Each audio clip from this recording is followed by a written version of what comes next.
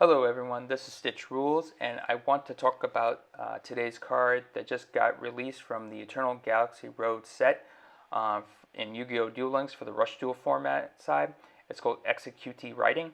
The requirement is when your opponent normal or special summons an effect monster face up, and then the effect is special summon one monster with attack less than or equal to that monster from the graveyard to your field in face-up attack position. Then you can make up to 2 face-up monsters on your opponent's side lose 1800 attack until the end of this turn. This is a very powerful card. Obviously, very, very important that we needed this because, as you know, all the most powerful trap cards are limit 1 or legend, so you can only have 1 copy. And so most decks can either incorporate multiple copies into their deck theme, providing that their skill and the current boss monsters allow them to use this card due to the limit 3. But most deck themes will be at least utilize 1 copy.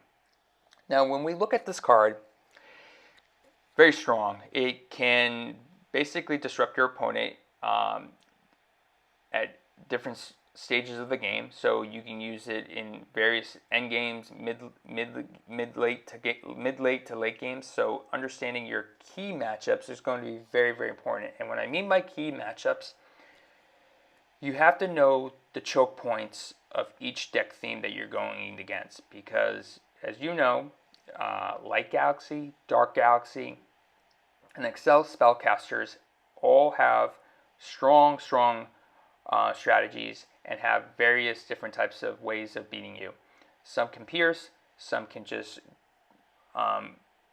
overwhelm you from their aggression style, and understanding when to use this card is going to be very important. So you have to know when to time this card right, because it has a high ceiling, but it also has a low ceiling when it comes to impact of the game.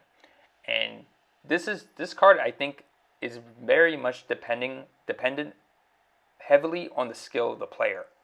And that's actually a good thing, because you want to rely more on your skill rather than the element of luck. Limiting the amount of luck is what you want to do to win your games. So this is more of a skill type of card, dependent on how the player utilizes this and knowing the key choke points of understanding when to hit it against Light Galaxy, when to hit it against Dark Galaxy, when to hit it against if you're going against spellcasters or any sort of other rogue decks. But the most part, especially if you're going to participate in the WCQ that's coming soon, is understanding those 3 main decks, because they're probably going to be utilized consistently, especially in Top Cut. When to utilize this card, and this card is going to also be used during Top Cut too, as expected, because it's such a strong card. It can basically place a wall in front of your opponent's high attack monsters, and it allows you to kind of like buy yourself another turn.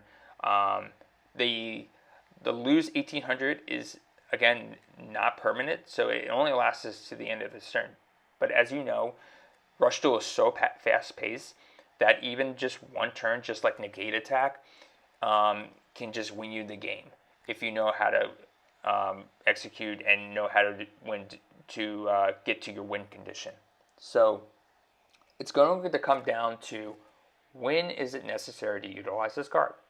Also, while you can use 3 copies, I'm actually a little bit against utilizing 3 copies, because, again, you need to know when to use this, but also sometimes if you don't know when to utilize this could be a dead card. So your slots in your spell and trap card spaces could be clogged.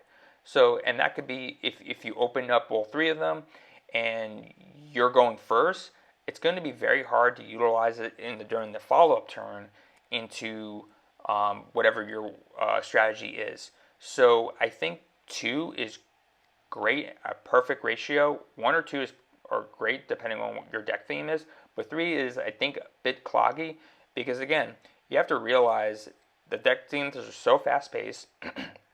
So if you're going first and you draw all 3 of them, then you're not going to be able to utilize them. So that means that if you open up additional spell and trap cards, you clog your whole field. So you have to probably wait an additional turn to utilize them. So that keeps you behind the tempo of the game. So having an extra 1 or 2 and then having that third slot for something else like a monster or a spell card is probably more ideal. Even if your deck can utilize all 3 of them, I think that 2 is the right sweet spot for this type of card. And again, if you're going second, for instance, and you draw 3 copies, you can't use them. So you have to place them face down in order to draw more cards. So again, it makes you fall behind the pace of the game. And you have to understand that when you're playing against like these top decks right now.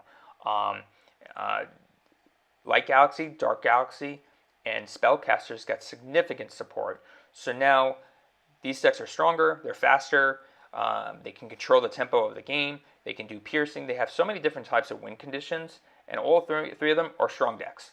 And depending on the type of player, the skill of the player, these types of decks can be absolutely broken. So I think that strong card, yes, but multiple copies, like 3 copies, I don't think that is appropriate for this type of card.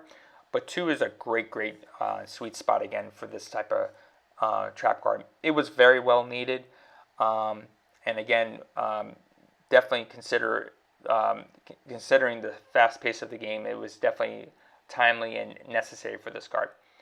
A key point I also want to address is that if you want to hide, it's a key tip. If you want to hide, allowing your opponent not to know you have this card, make sure your toggle is off, and you can manually do that at any point of the game by adjusting it during your deck settings, your game settings. So make sure your toggle is off, and when you want to utilize it, just flip it on right before the monster hits the board. Because if you have toggle on and you don't necessarily need to use it, and your opponent summons a monster, they're going to know, because there's a brief pause in this type of card, Trap Hole, and also Compulsory Evacuation Device that just got released.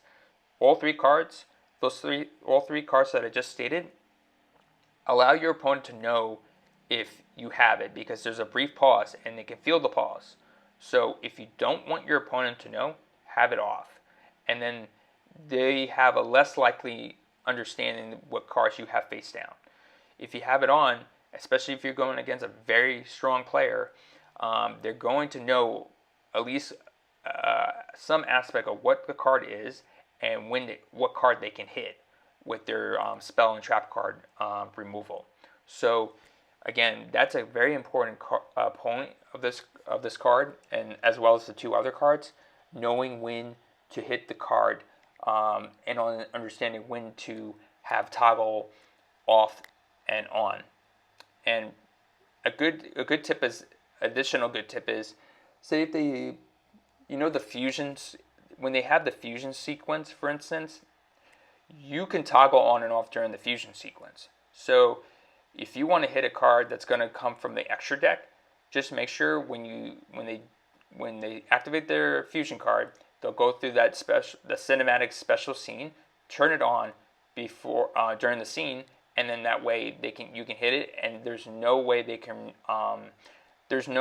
they can react to that, or they can chain it at all. So basically, that allows you to hide your card and the identification of the card, and it also allows you to basically blindside your opponent into making sure that they don't know that you have this card face down. They have to guess. And again, when you're going against these types of top players, and you have to know these specific details, and knowing when to hit, knowing when to hide your trap cards that have specific interruptions, knowing when to understand these types of nuances during the game allows you to win these types of small margin games. Because again, You're going to go against a lot of mirror matches, depending if you're using the big three decks that you are playing against, like Galaxy, Dark Galaxy, or Excel Spellcasters.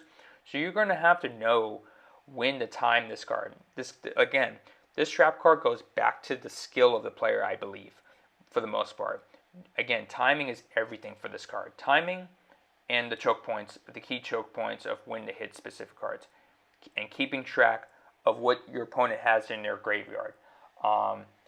Those three things are going to be extremely important on how impactful this card, because this card can be really good or just can be a complete dud if you're not utilizing it correctly. And there's sometimes where even if your opponent summons a big monster, okay, you may want to just skip it until the follow-up next turn, because you can survive that turn with your life points. So you need to know when to manage your life points while also knowing, okay, have they used your spell and trap cards yet?